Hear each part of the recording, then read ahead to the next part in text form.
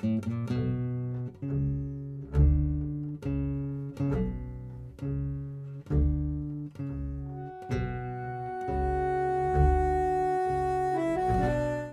les maïs. Alors, une fois de plus, je suis comme ça par vidéo. C'est la preuve quand même que... la preuve, je sais pas, vous allez commencer à penser que je suis un robot. Et c'est vrai, je suis le robot d'André. Et alors, quand il a des choses à dire, qu'il ne veut pas assumer la paternité, il me met des piles, il me donne la cassette, je l'ai dit, il me dit, il me programme avec un certain accent, voilà. Donc bonjour le maïs de la part de Miguel André. Et voilà. Alors donc la question qui vous convoque aujourd'hui, et du coup ça me convoque aujourd'hui à moi, c'est la question de l'agir. Alors de l'agir, de l'inclusion, de comment faire avec ces mondes, comment faire avec la tristesse, avec du monde, non? Alors c'est vrai que d'abord pour contextualiser, tous ceux qui sont dans le travail social, que ce soit moi du côté de la psychiatrie, de la psychosociale, du social, bon, tous ceux qui sont dans des travails avec des humains, on a beaucoup de problèmes aujourd'hui. On a beaucoup de problèmes parce qu'effectivement, depuis maintenant une vingtaine d'années, mettons, hein, c'est absolument acquis que l'humain, c'est des ressources humaines. Hein. C'est-à-dire, depuis une vingtaine d'années, il y a eu un passage, un pivot de l'autre côté, dans lequel définitivement on est passé vers la gouvernance, diront certains, la tyrannie, diraient d'autres, mais peu importe. En tous les cas, la réalité est que l'humain était détissé au point d'être considéré comme des ressources humaines, c'est-à-dire c'est une ressource. Et la ressource peut-être la moins chère, parce que l'air non pollué est rare, l'eau non polluée est rare, les métaux précieux sont rares, les matériaux qu'il faut pour faire les iPhones, tous ces trucs qui polluent la planète sont rares. Mais les humains, contrairement aux singes, aux lions, voilà, partagent avec les cafards et les rats cette fantastique qualité de se reproduire dans toute situation. Peu importe, on se reproduit, on continue à se reproduire. Alors donc, du coup, à force de se reproduire, on n'a pas tenu en compte la loi du marché, de l'offre et la demande, et du coup, on a trop d'offres, peu de demandes, et alors les ressources humaines sont les moins chères de tout. Alors, pourquoi dire ça? Eh bien, dire ça parce que dans le travail social, on est soi-disant payé pour aider les gens, les exclus, les gens qui vont mal. Et l'idée naïve qu'il y aurait derrière, c'est qu'il s'agirait de faire que ces gens-là qui vont mal aillent bien. Ça semble logique. Eh bien, ça semble logique, mais ce n'est pas du tout cela dont il s'agit en réalité.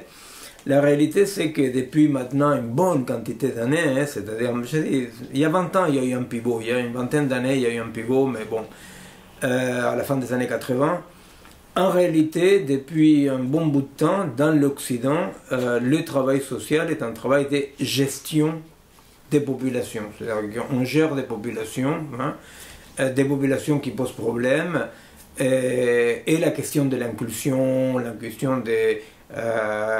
qui progressent, etc., reste un tout petit peu des paroles un peu dans l'air, parce qu'à vrai dire, on se rend très bien compte que dans la crise qui traverse notre monde, il y a un grand secret, les secrets que les puissants ont, et le grand secret des puissants, est un secret que tout le monde peut avoir accès, c'est un drôle de secret, c'est qu'il n'y aura pas pour tout le monde.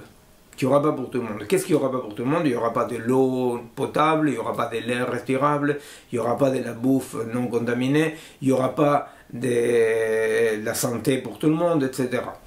Donc, depuis une bonne quantité d'années, gérer à niveau du gouvernement et après à niveau des institutions, etc., comme ça, tous les pouvoirs de façon comme ça, pyramidale et fractale, gérer signifie gérer cette réalité dès que, étant donné qu'on n'a pas la moindre idée de comment sortir du désastre écologique, démographique, etc., comme on ne peut pas dire aux gens d'arrêter de se reproduire, par exemple, entre autres, eh bien, alors gérer signifie gérer, c'est il n'y aura pas pour tout le monde.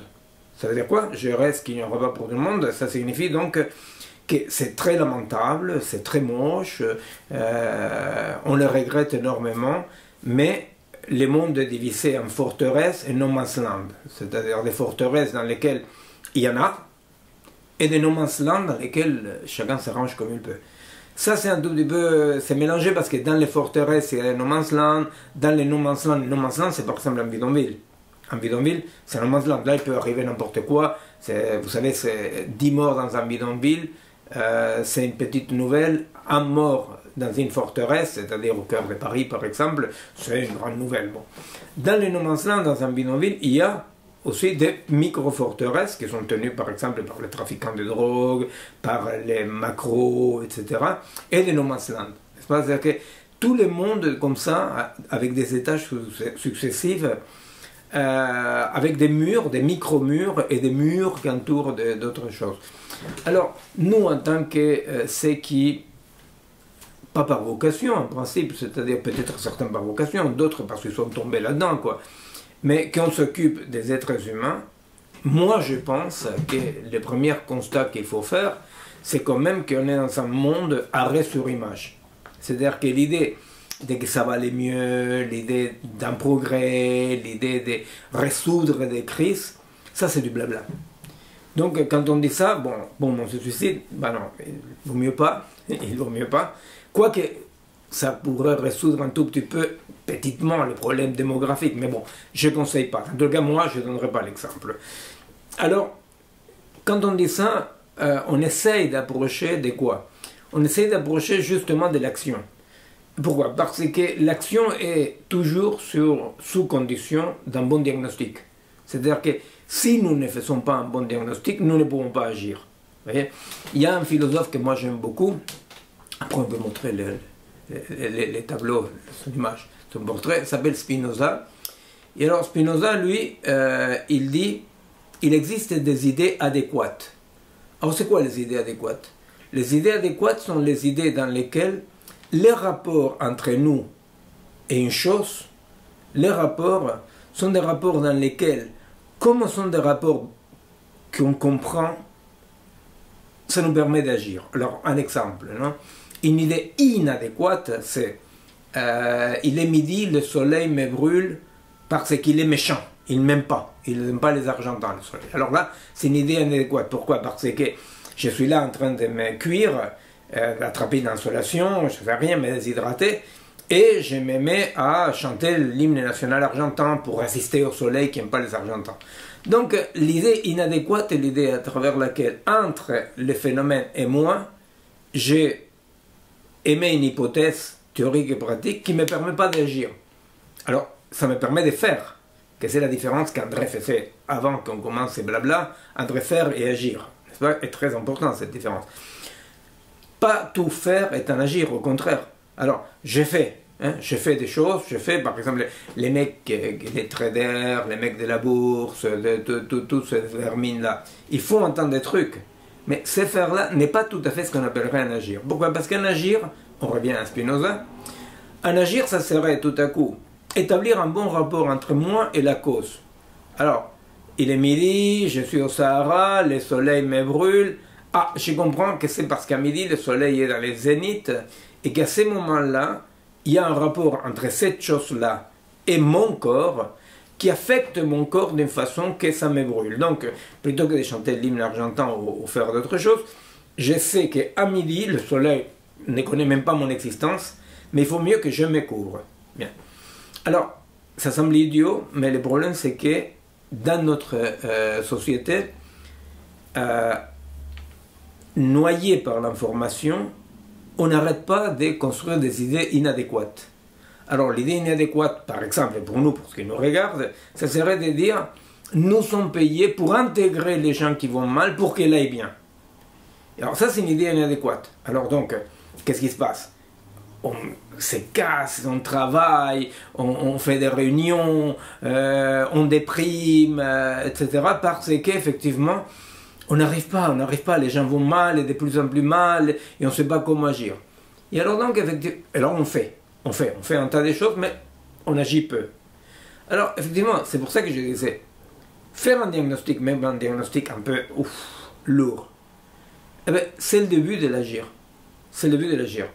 Parce que si je peux me rendre compte que, en effet, toute population confondue, desquelles on s'occupe, non, les gens du maïs, les différents groupes dont je m'occupe, c'est rendre compte qu'il y a quelque chose de vraiment structurel, quelque chose de très profond, qu'il y a un problème qui est que ce monde-là est un monde dans lequel, c'est, comme je disais tout à l'heure, un arrêt sur image. Qu'aucune promesse est possible et qu'on vit au contraire sous la menace. Si je peux réaliser ça, alors à partir de cette idée qui commence à être une idée adéquate, parce que c'est une idée dans laquelle je ne suis plus dans les fers qui finit dans la dépression, l'alcoolisme, le cynisme, n'est-ce pas?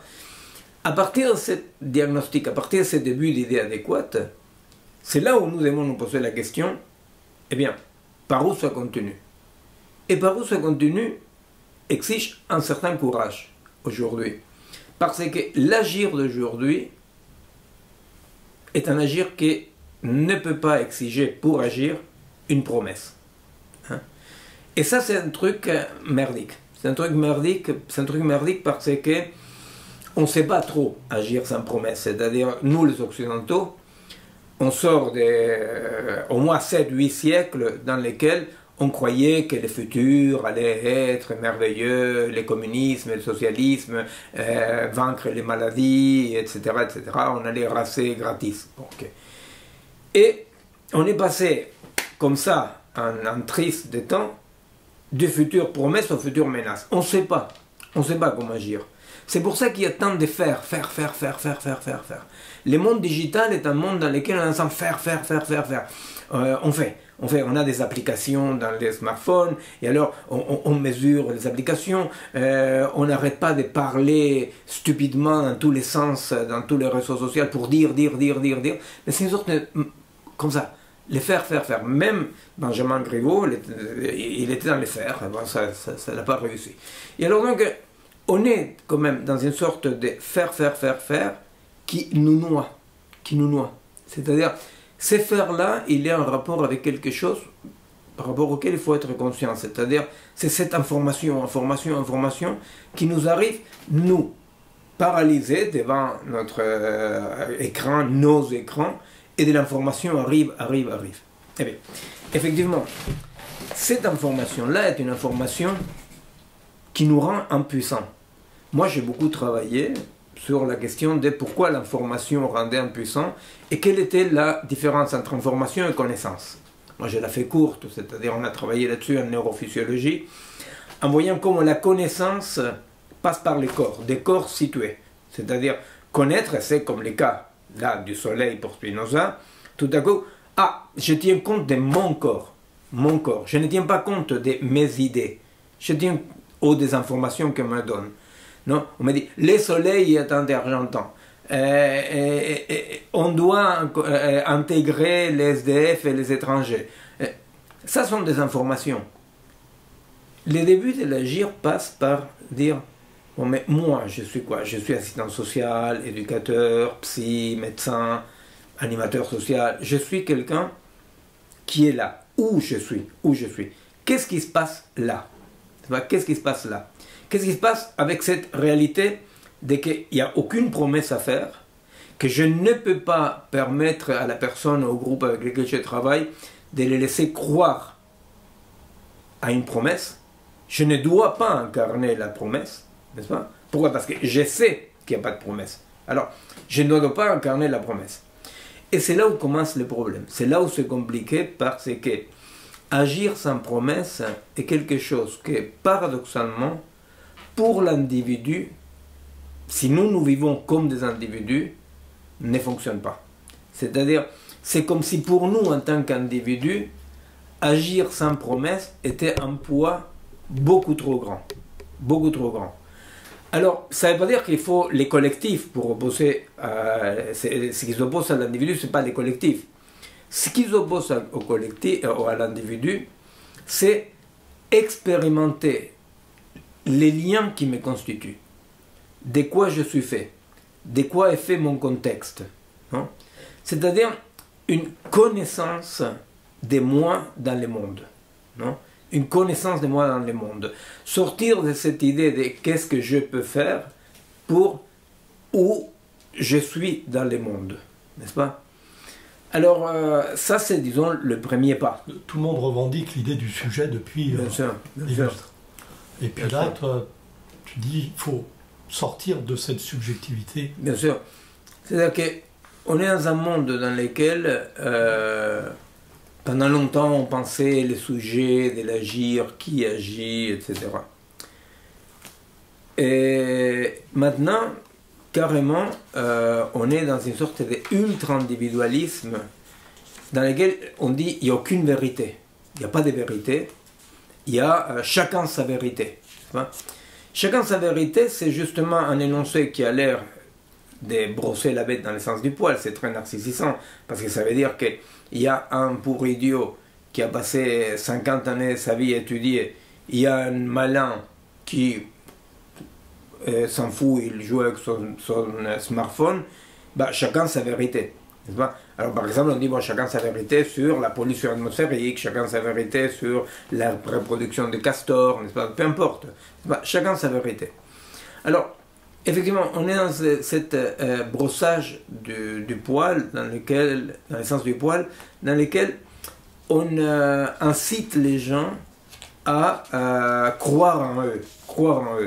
Tous les trucs, quand tu veux, empowerment, c'est un peu, souvent, ça va dans ce sens-là, c'est-à-dire de croire en soi. Or, effectivement, c'est croire en soi va toujours plus vers ce qui aujourd'hui est un problème central que nous devons poursuivre la question de comment ça se passe, chacun dans son milieu, chacun dans sa situation, va dans le sens de qu'on doit exister de moins en moins et fonctionner de plus en plus. On est tenu à fonctionner. Alors fonctionner, ça signifie rendre des rapports, être performant, avoir certains types de résultats. Mais il faut savoir quand même que petit à petit, dans notre monde, à toutes les échelles de pouvoir, les micro-pouvoirs, les grands pouvoirs, les pouvoirs d'État, les pouvoirs d'institutions, sans se rendre compte, on a toujours ces pivots qu'il y a eu comme ça, du tout quantitatif, dans lesquels on est passé à des fers qui sont dans le fonctionnement. Il faut que ça fonctionne. Et le fonctionnement est quelque chose qui se passe du sens. C'est-à-dire, ça fonctionne. Alors, la macroéconomie, elle est gérée par des machines big data, la médecine, elle est faite par des diagnostics big data, tout est géré. Dans la gestion, il faut encore même les ressources humaines. C'est qu'il faut savoir que dans la gestion, il y a une sorte d'individualisme sans sujet, un individualisme vide. C'est-à-dire que chacun de nous, de plus en plus, devient ce qu'on appelle un profil. On est tout à fait transparent, on désire être transparent, tout ce qui est un peu opaque, tout ce qui n'est pas très clair, tout ce qui est un peu bizarre est très mal vu, c'est-à-dire s'il y a quelque chose d'opaque, c'est parce qu'il y a quelque chose de négatif, de sale, de pas avouable, n'est-ce pas? Et alors, on se met à fonctionner. Fonctionner est devenu effectivement presque notre idéal. On veut tous fonctionner. On a un idéal de devenir machine. Eh bien, le problème c'est que pour pouvoir agir, pour pouvoir avoir des idées adéquates qui permettent d'agir, c'est ce que dit Spinoza, c'est-à-dire les idées adéquates sont celles qui libèrent l'agir, parce que je me mets à faire des choses qui sont en rapport avec le schmilblick. Eh bien, pour pouvoir agir, le problème c'est qu'il faut pouvoir un tout petit peu faire un petit court-circuit dans les fonctionnaires. Il faut pouvoir exister. Exister, ça signifie se demander justement sur l'essence. Mais qu'est-ce qu'on fait là? À quoi ça sert? Vers où ça va? N'est-ce pas? Et se questionner sur l'essence ne veut pas dire on ne fonctionne pas. Je n'oppose pas fonctionner, exister. C'est-à-dire que pour exister, il faut fonctionner. C'est-à-dire, on fonctionne pourquoi? Parce qu'on se brosse les dents le matin, parce qu'on fait des gestes répétitifs, parce que notre corps fonctionne, c'est-à-dire parce que tout est un peu de façon mécanique fonctionne. Mais tout ce qui fonctionne de façon mécanique, s'il n'y a pas une dimension intensive d'existence dans laquelle il y a un certain sens, ben, il y a quelque chose comme ça qui nous rend impuissants et nous rend témoins horrifiés de l'horreur. Alors, exister, ça signifie quand même pouvoir questionner ses sens, y compris jusqu'au point dans lequel on se rend compte que des choses dont on est très convaincu, qu'il faut faire des choses utiles, qu'il faut manger pour vivre, qu'il faut quand même avoir de l'argent pour vivre. Tout à coup, on se dit, on commence à inverser. Non, on ne met plus la charrue avant le bœuf. On se dit, bah, par exemple, un cas très typique dans la psychiatrie, que ça peut nous illustrer un peu, on dit pour les anorexiques, on dit, il faut que l'anorexique mange pour vivre.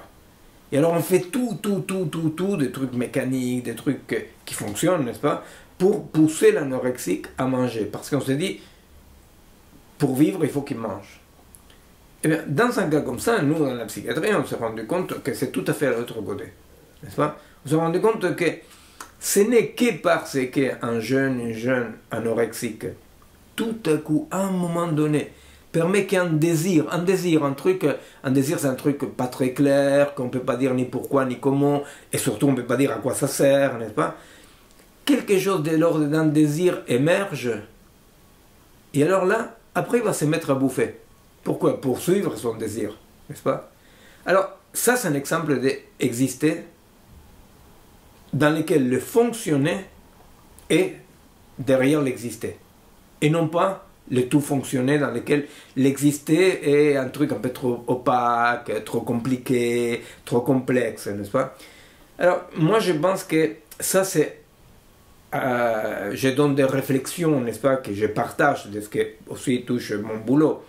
Je pense que quand on est tout seul, en train de s'informer, en train de vouloir fonctionner, on ne peut pas résister. Moi je crois profondément au groupe de travail, des lieux dans lesquels on s'aide les uns aux autres, n'est-ce pas, comme des maïs anonymes, n'est-ce pas, c'est-à-dire dans lesquels on dit « Ah, aujourd'hui, j'ai réussi à faire quelque chose qui n'avait pas de sens. J'ai réussi à faire quelque chose qui n'était pas utile. » Et alors, vous savez, comme dans les maïs anonymes, tout le monde applaudit « Bravo, bravo, bravo ». Et moi, ça fait 3 jours que j'arrive à ne pas compter combien de pas j'ai fait, si j'ai fait moins de pas que mon voisin pour aller au mon boulot avec mon smartphone. Alors, 3 jours, bravo, tout le monde dit. La vérité, c'est que la résistance, la toute petite, non pas en parlant des gens moulants, mais la toute petite, aujourd'hui, elle passe par la possibilité de nous entraider à fonctionner un tout petit peu moins.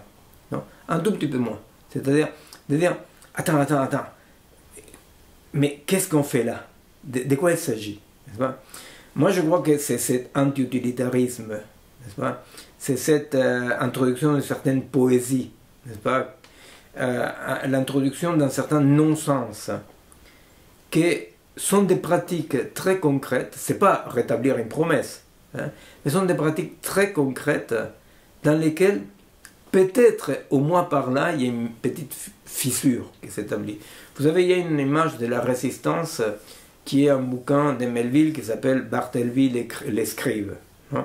Barthélemy est un employé dans un bureau, je ne sais pas si le mec est un notaire, je ne me souviens pas bien, c'est pas très clair dans la nouvelle de Melville, qu'est-ce qu'il fait. Alors Barthélemy est un employé, et quand son patron lui dit vous devez faire ça, Barthélemy il dit, la traduction en français est je préfère ne pas. Je préfère ne pas.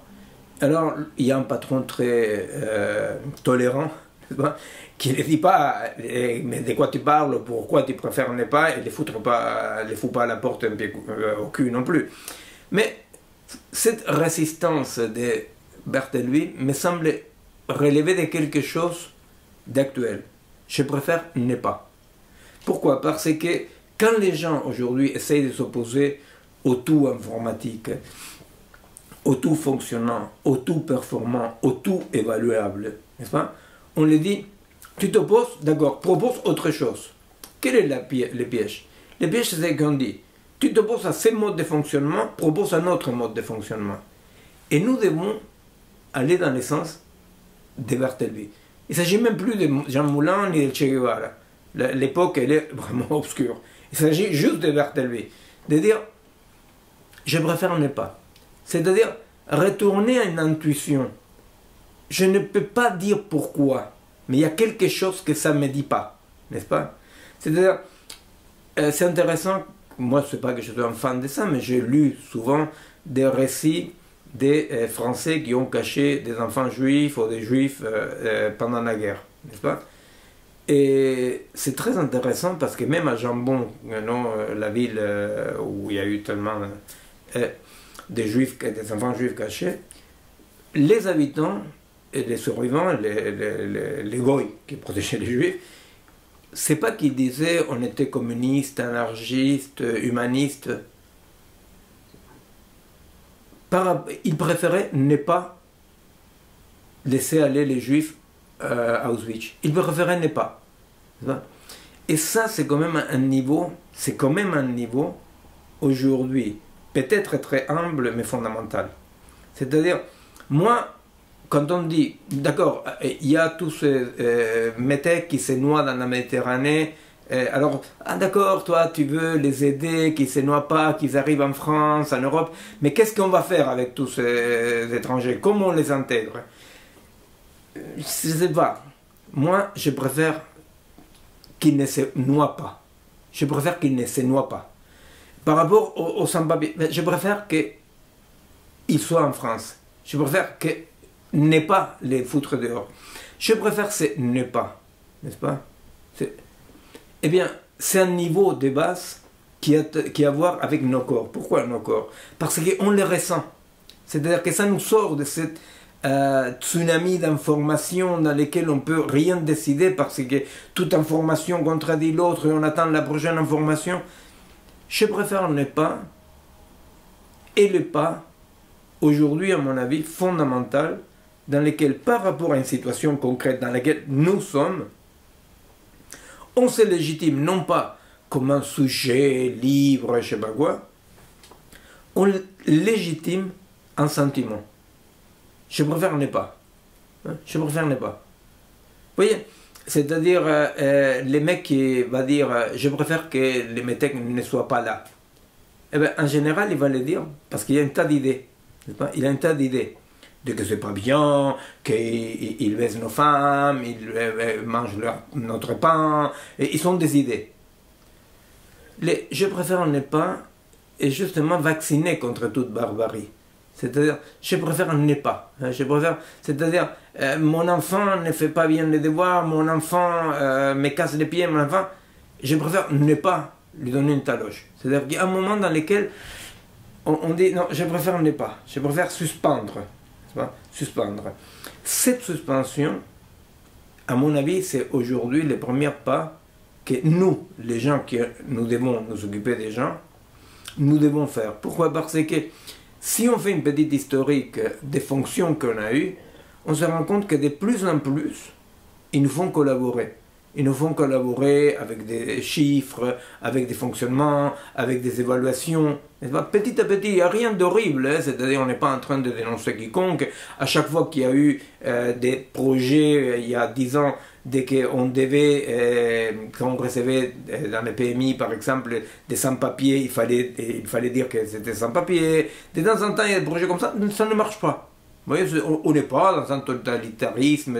Hein? Non, simplement petit à petit, on fonctionne, faute d'exister.